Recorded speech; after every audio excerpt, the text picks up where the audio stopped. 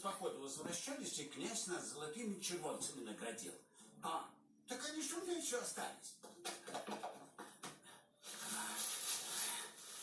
Вот. Да не то это золото. Эх, незадача. Как же нам Тугарина сыскать? Тугарин? Так я вам помогу. Сейчас. Недавно у опушки видел.